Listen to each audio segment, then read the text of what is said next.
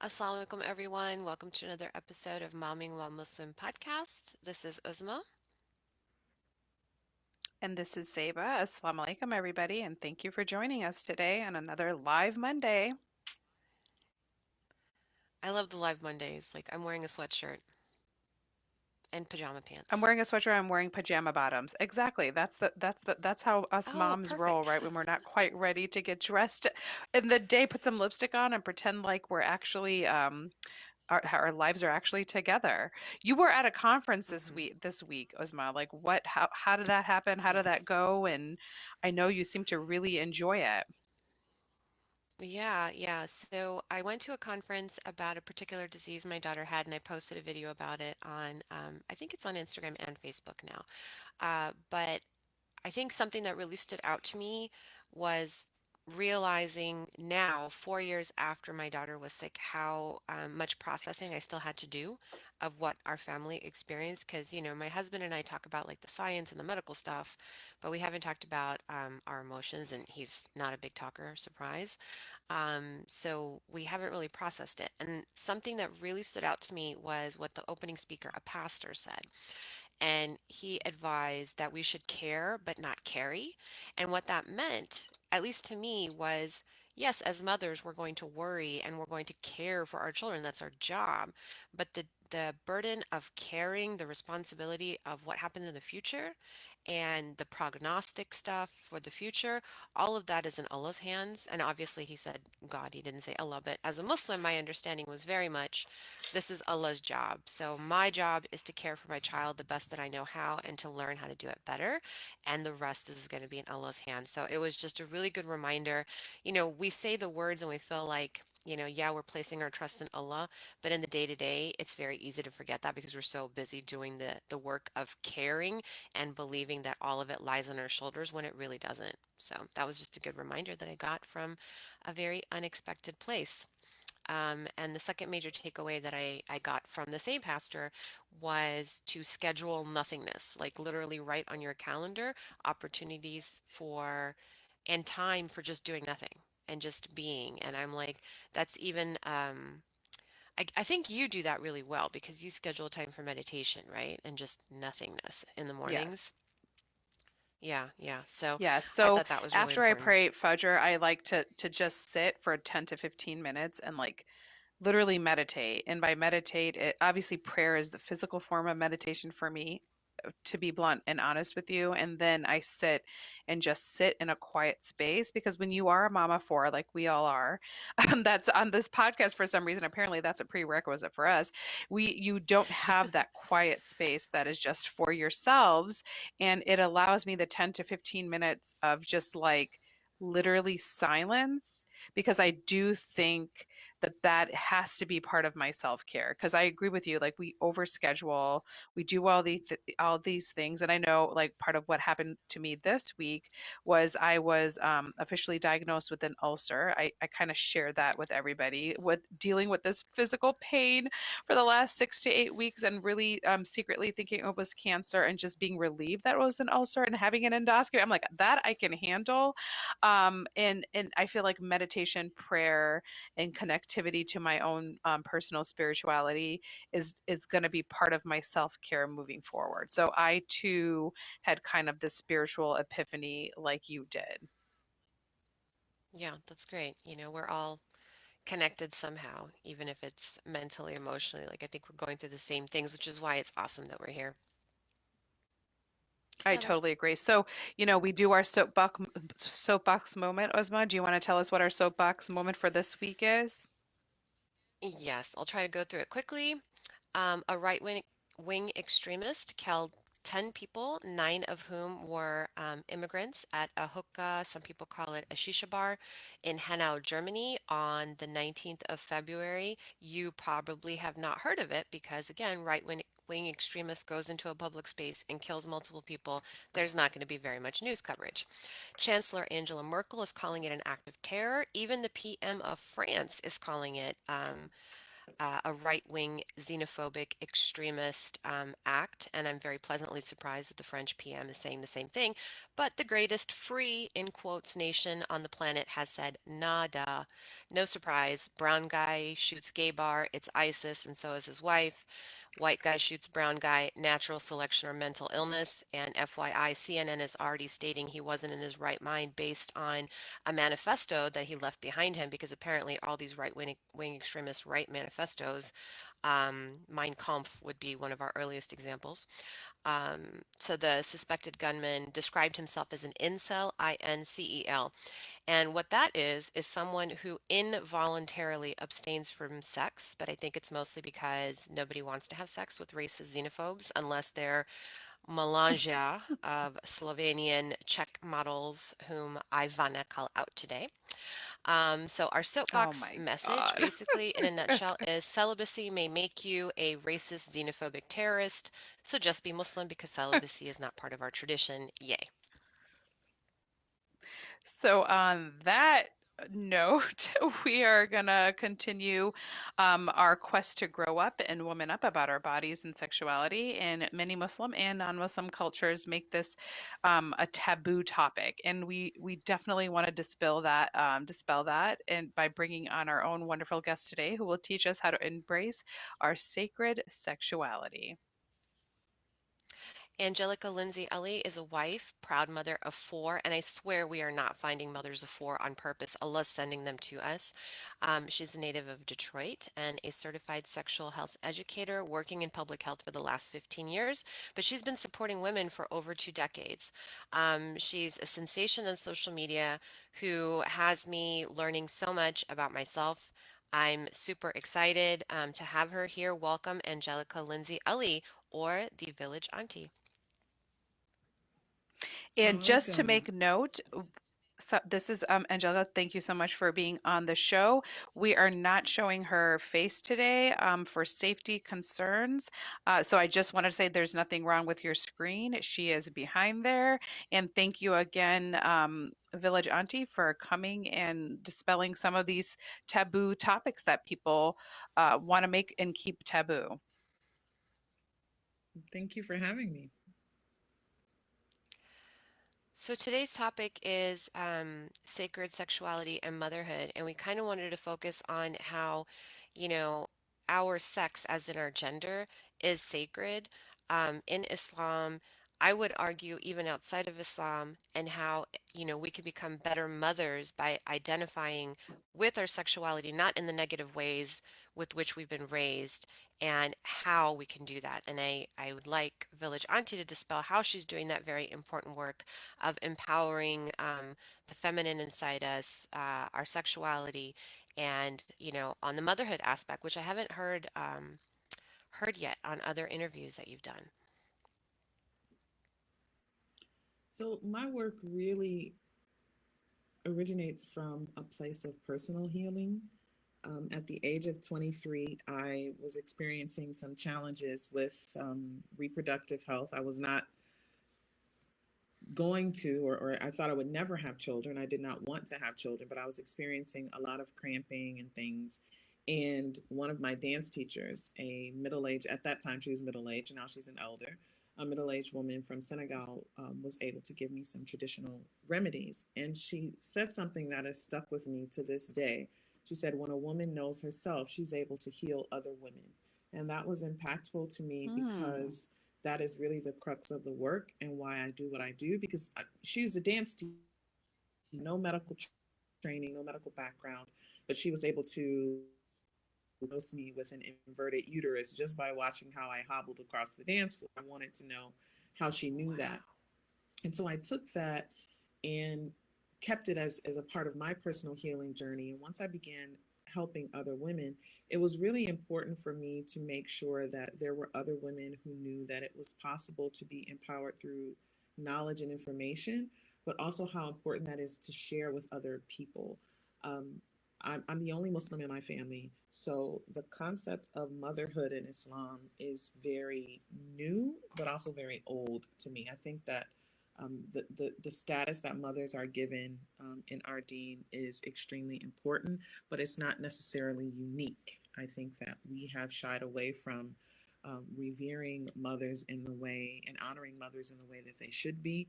And part of that is because we remove the facets of motherhood that make it so unique and powerful.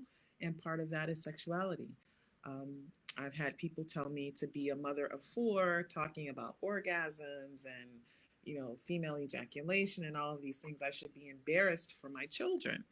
And I said, well, how do you think they got here? They had to, they didn't Yeah, arrive on a spaceship. exactly. My children, they didn't come That's from an exactly right. airplane.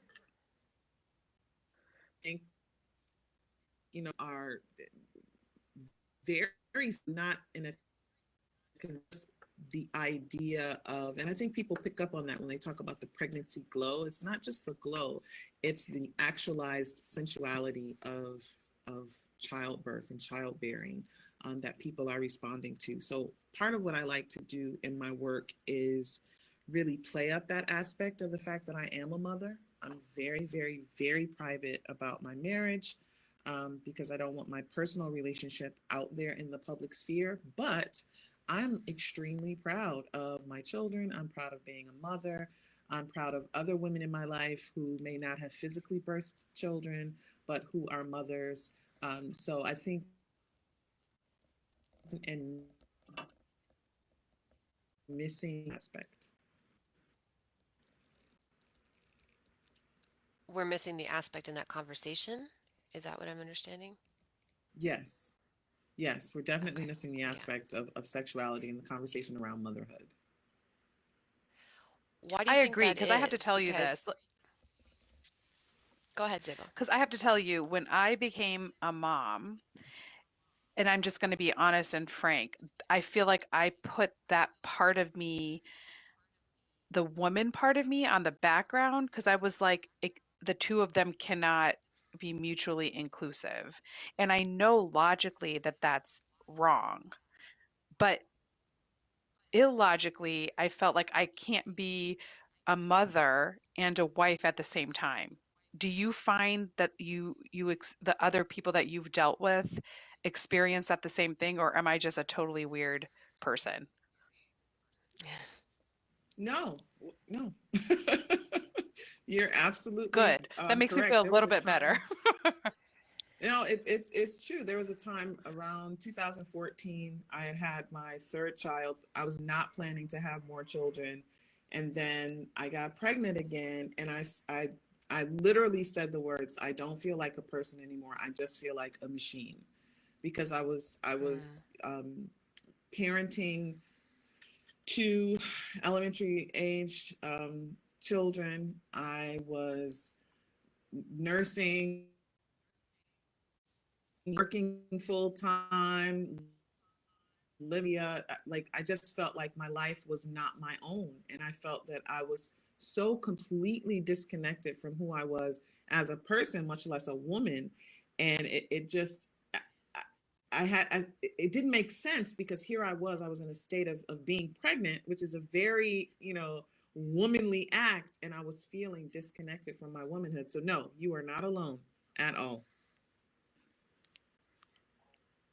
We've talked in the past this month about the work of motherhood and how, you know, talking about our sexuality, addressing our sexuality becomes one more chore on that giant to-do list.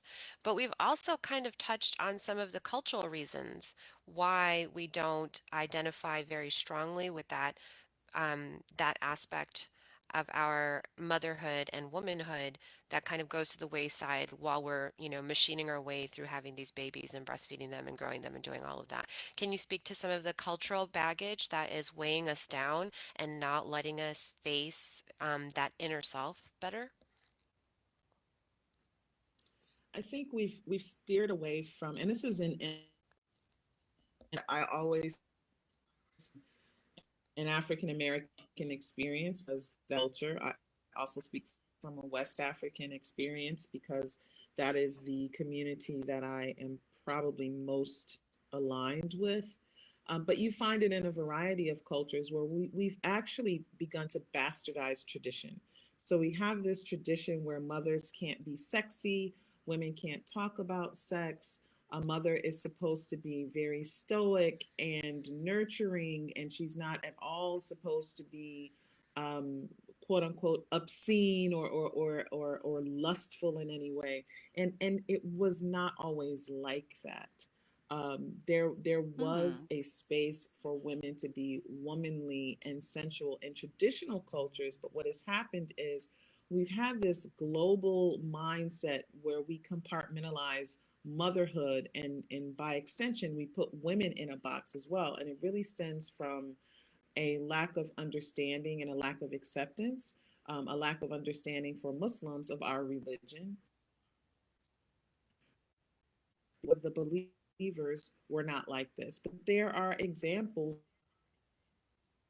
where there are hadith where the Prophet Muhammad sallallahu alaihi wasallam, he viewed his wives as sexual beings while they were mothers of the burgeoning Muslim community. So I think we've become so afraid of, at root we're afraid of an empowered woman who can be both prayerful, pious, and sexy at the same time, because in our minds those things cannot occupy the same space at the same time.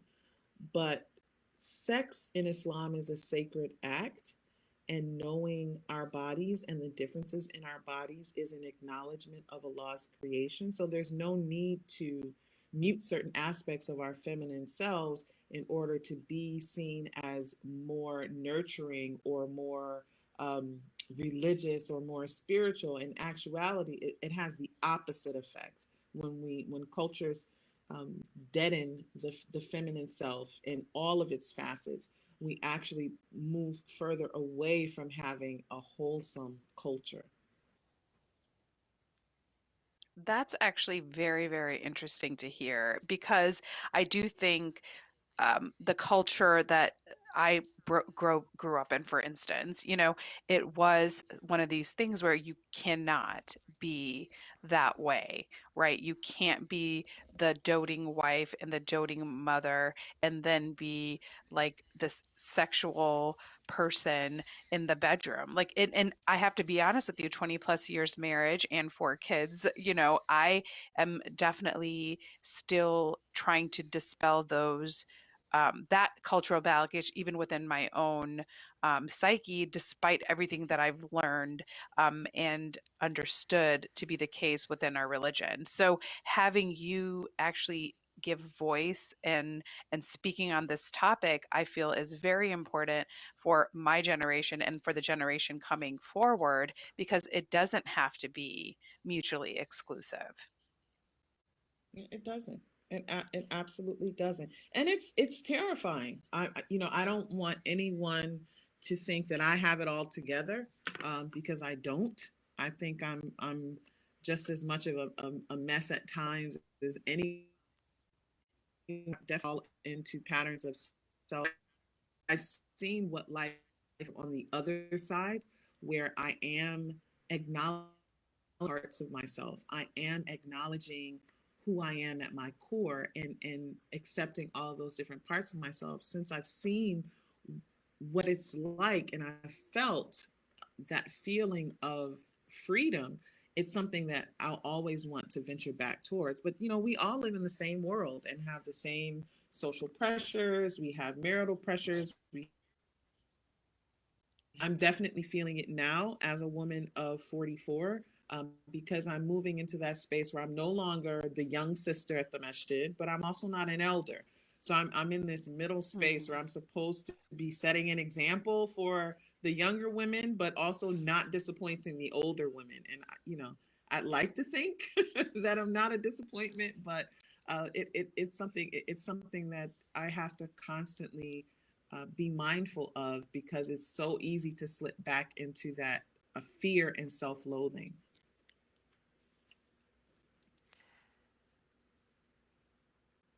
I totally hear you on that. Like I didn't like you've said it so beautifully, but it is really funny. Like we're in our early 40s as well. I'm 42 and feeling the pressure as you say. And I thought it was just feeling the pressure of motherhood. Like how am I going to teach what the elders have taught me to my children. And unfortunately, the elders are not that helpful because I may not necessarily want to take all of those models of sex education and bringing that to my children. I want to do better. So the reason why we found you so attractive was the whole community model, which you spoke to earlier, that when a woman will be more empowered when she empowers her sisters, and that's very much something that Zeba and I believe in well, that if we rise, we lift others with us. So your particular moniker, the Village Auntie, the importance of community in the conversation about motherhood, can you talk about community and motherhood and why that's so integral right now, not just at our stages, but at every stage of a woman's life? So the village auntie is not, it's a concept, more so than a name. And people always ask me how I came up with that. And I think this is true in traditional African societies, but I think it's also true in a lot of different communities where to go to when you needed advice, when you need gave you your puberty. She may have delivered your baby. She's the person that you talk to after you have a baby and things start to change. And aunt culture, global Black culture in Detroit or Dakar or Dar es Salaam, your auntie is your second mother. She is the mother, sometimes that is connected to you by blood, but oftentimes is not. She's the person who you can have those transparent and authentic conversations with that you may be afraid or hesitant to have with your own biological mother. And I think it's so important to look at aunties as second mothers because for a lot of us, especially those of us who did not come up in Muslim families, sometimes you're unmoored. You're just floating out there alone. And I benefit greatly from the motherhood of elders in my community here in Phoenix and Detroit and all different places. And I value intergenerational friendships amongst women. So when I do workshops, I talk to women about the importance of building your tribe, making sure that your circle is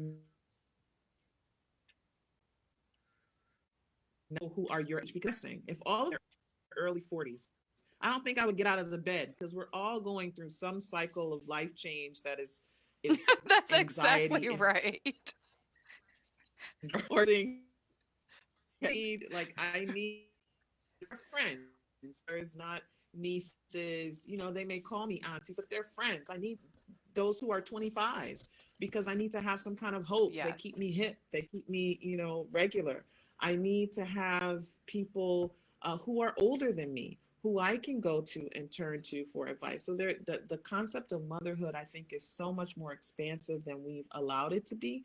And one thing that I hope I'm doing with this platform and this movement is having us reimagine what motherhood looks like and the place that it has in our lives. No, And I I love think that a you're lot of the calling it reasons a why we see movement, by such the a, way. yeah, yeah, no, that's awesome. Movement is a Sorry, great we're word, on a but delay, I so think that's it's our important issue. with the live streams. Um, the concept of community, because in most Muslim communities, I think outside of the United States and many non-Muslim traditions as well, the community raises the mother because when the child is born, so is she, and they're kind of lifting her. And I think now that we're here, born and raised in America, you don't have that whole, the village isn't raising the mother and the child anymore. And I feel like that's why we see such a deterioration in values and such an escalation of problems in mental health for both mother, child, families, all of that. And then, all of that has socioeconomic impacts afterwards. And so that's why we really love your movement. And, coming to your book launch, it was like I could feel it from the outside. It was like this wall of energy, and I was allowed to pass through. Like you could feel it outside of the space, all of these, and I can't describe it as any other way, but like this womanly motherhood. Like I felt like everybody was there to kind of nurture everyone else, regardless of everything else that was happening there to build community and all the activities you had. But, it was just as somebody who'd never been to a space like that where I immediately felt mothered. You know, people were there to catch me that I'd never met before and introduce me. And I just, it was really amazing. So I love the Village Auntie movement for that. So thank you for bringing it to us. Mashallah. I'm happy.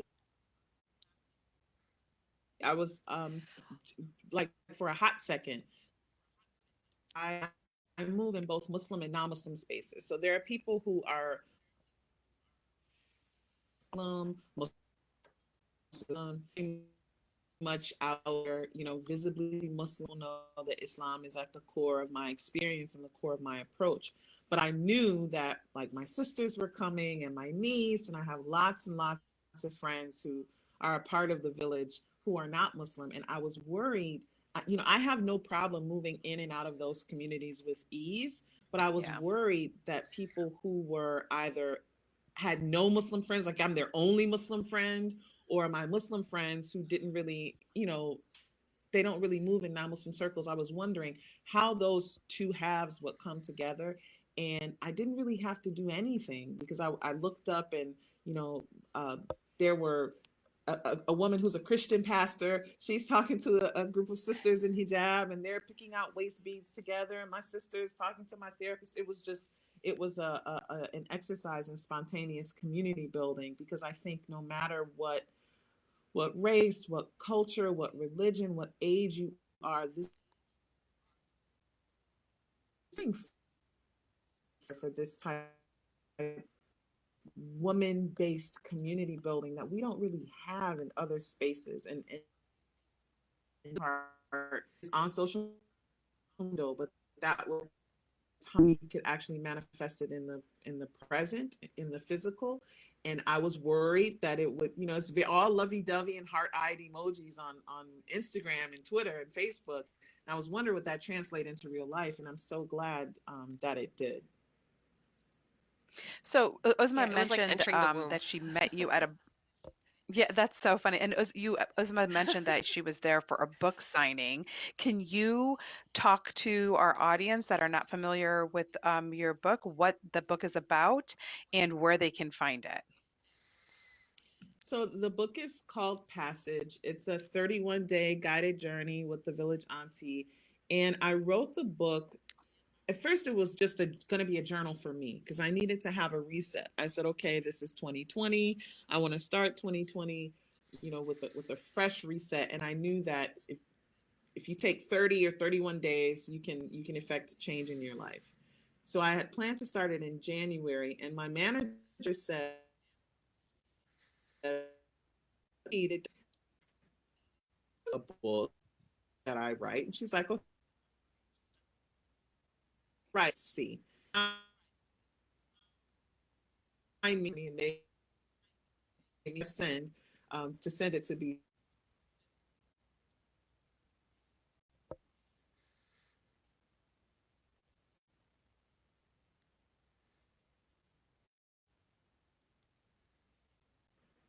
Am I still there? Can you hear me?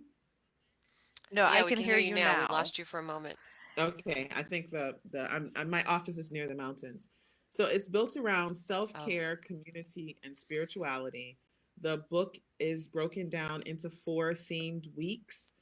Each week building upon the next. There are focused ayat from the Quran for each week, a weekly affirmation. There's also a food based portion of the book where we talk about how to remove toxicity from our minds and hearts, but also from our Mm. bodies. There are journal Oh, I love exercises, that. yeah, some of which I went through at the book launch. There's a playlist. I know some Muslims are not into music, but I listen to music. So there are 31 uplifting songs by female artists of all different genres that I included in there. There are some stories because I am a professional storyteller. So I usually tell stories on the stage, but this time I actually wrote some down. So it's a great way to have a reset. It says a 31-day guided journal, but I've had women say, I've done this. I plan to do this for a quarter. So instead of taking a week to focus on a theme, I'll take 1 month and focus on a theme. And the themes are reclaim, um, it's recognition, reclamation, rebirth, and reformation. And so you could take it and spread it out over a quarter. You can take it and spread it out over a year. It's really up to the woman how she decides to use it. And another impetus behind the book was that there are so many women globally who will never, well, I shouldn't say never, but who cannot easily make it to a workshop. So I wanted to make it a workshop in a book form, so that if a woman doesn't know anything about me, she doesn't know anything about what I do, this can give her an idea of things that we do in workshops. And then there are recipes in the back. I share some good vegetarian renditions of my favorite meals. There's some aphrodisiac baths included because I had to put something about sex in there. So it's something that I something that I hope that women can find value in. And so far, it's been quite successful. Yeah. So I where haven't can we started my find this book? 31 Because day I need to journey put yet, it but on I'm my going to. playlist. Yes, we can probably So start that. I'm going to start that in March. So where can I find this? so See, if I'm you go writing it to my down right now. right, I have a Shopify shop. The easiest way to find it is to go to my Instagram, and my Instagram is at Village Auntie, VILLAGEAUNTIE. And if you look in the link in my bio, you just press the link and it takes you directly to the book. So we've managed to do an ebook because we could not. I shipped the books to Shanghai, to Amsterdam, Australia. There were a group of sisters in London who bought a book, but I could not get the book to certain locations. So we actually did an online version of the book. So there's a PDF version of the book available as well. I love that. And I that That's literally when we get off the phone today, that's what I'm going to be doing because I wrote it down right here. I'm going to create Awesome. an Instagram account just to go to the Village She's going Auntie. to add it to her 6,000 sticky notes.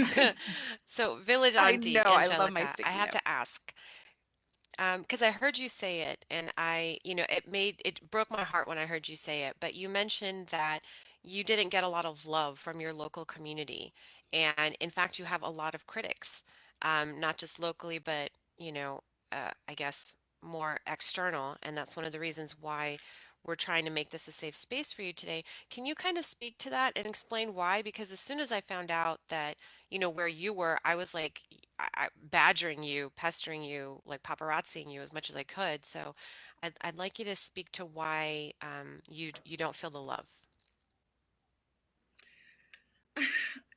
I think some of it is fear.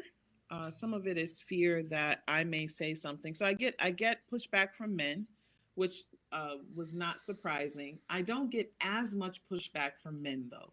The majority of my detractors are other women. Men, Hmm. when they give me pushback, it's generally, I had a brother tell me that I'm telling sisters that they're unhappy and that's causing unhappy marriages. And I said, well, perhaps they were already unhappy and they were looking for ways to make themselves happy. I said, I don't talk about being unhappy, I talk about ways that women can be happy.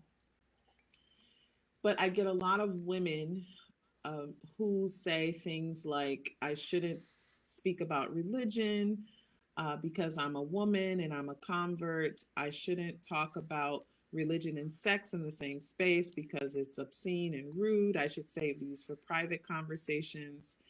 And I'm not sure where that comes from. Part of me thinks it comes from a place of lack or scarcity in their lives because the women who support me wholeheartedly are generally women who are either seeking support and acknowledge that they need support, or women who are like, yes, right on, I'm right there with you.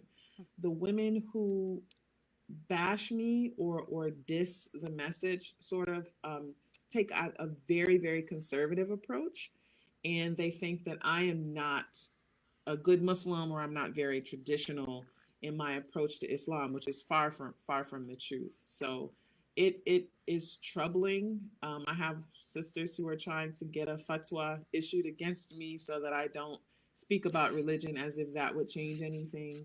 Um, so it's all very interesting. The local support, I'm not sure what to attribute that to. The Village Auntie is not the first movement or first organization that I've had here in the Phoenix area. I think that generally I'm seen as a disruptive force because I ask questions. And a lot of that has to do with the fact that being raised non-Muslim was a protective factor in terms of my ability to speak out. So I was not raised in a household where, I was indoctrinated with a cultural idea that women shouldn't speak. I come from a Black church tradition where the women in church were encouraged to speak. We couldn't preach, right? In my particular denomination, we didn't preach, but women were very active in their churches. And there are some masajid here that, veer towards the conservative. So I think that some people like what I do but don't want to be associated with it because they think that perhaps it's wrong in some way. And it makes me sad because I can go places like Philadelphia or Atlanta or DC and say, oh hey, I'm going to be in town in 2 days, can we pull something together, and 65 women show up. I do a workshop here in Phoenix and I might get 6, I might get 10 who show up. So it's at first it bothered me a lot, but now I just understand that whoever the message resonates with is who's going to be there to accept it, and I can't really control how people receive it. I do wish that there were more people in my local area who gravitated towards the messaging because I would love to be able to share, but inshallah, that will come with time. Well, Well, you I just mentioned want you to having be workshops in very, DC. oh, You I mentioned just having wanted to workshops in mention DC. When are you going to have it? Oh, sorry.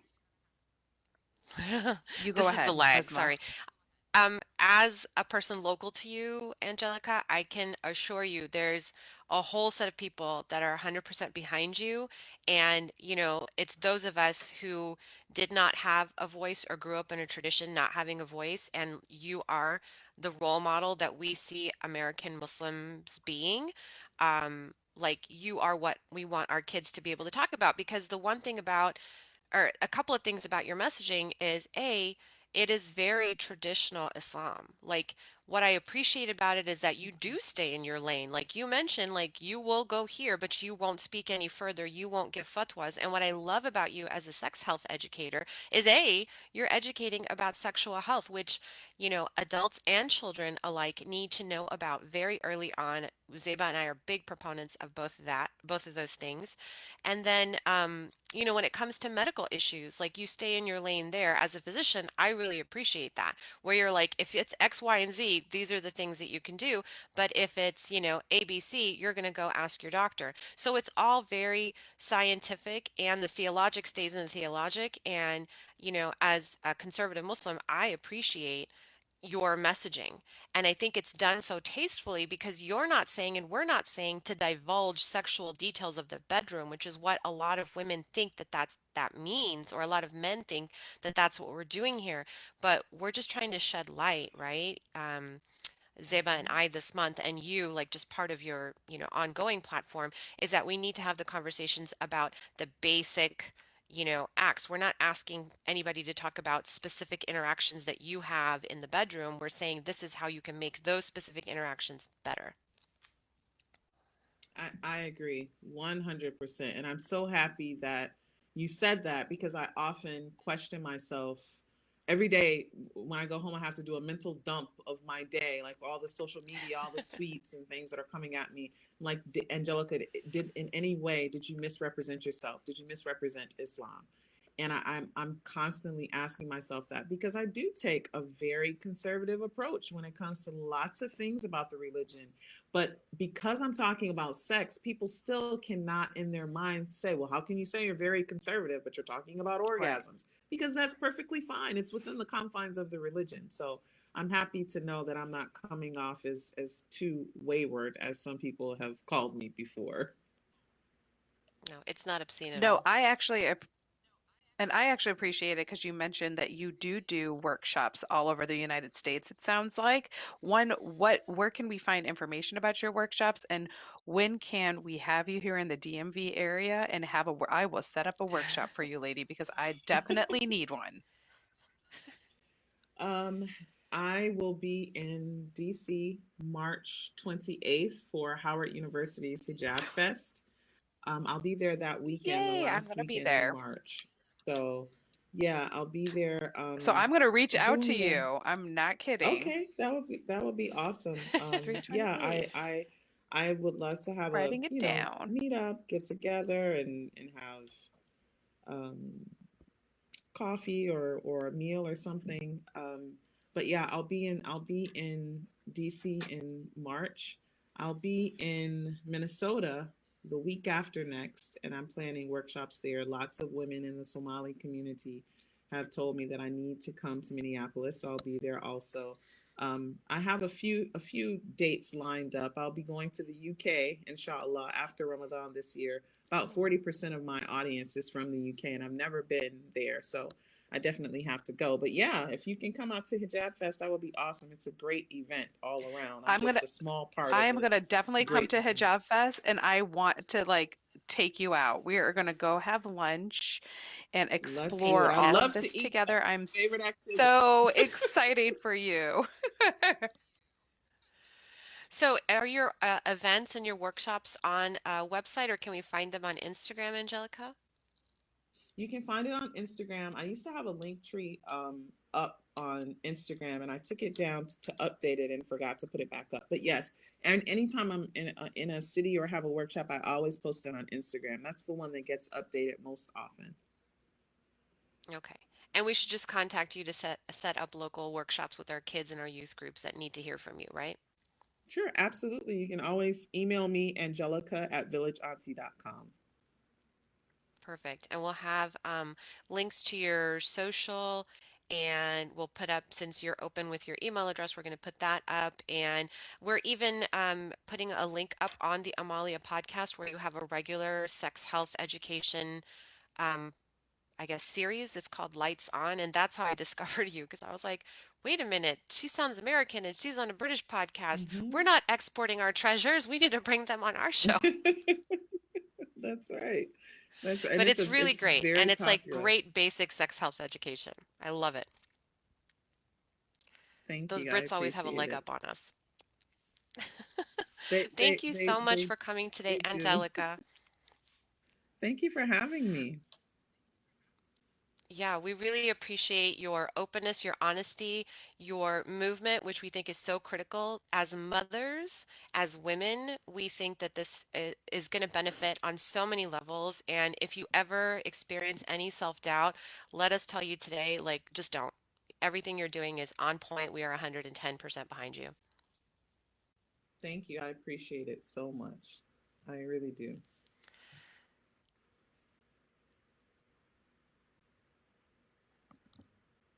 Until next time, this is Zeba Hassan Assalamu with alaikum, Mommyingwhile everybody. Muslim.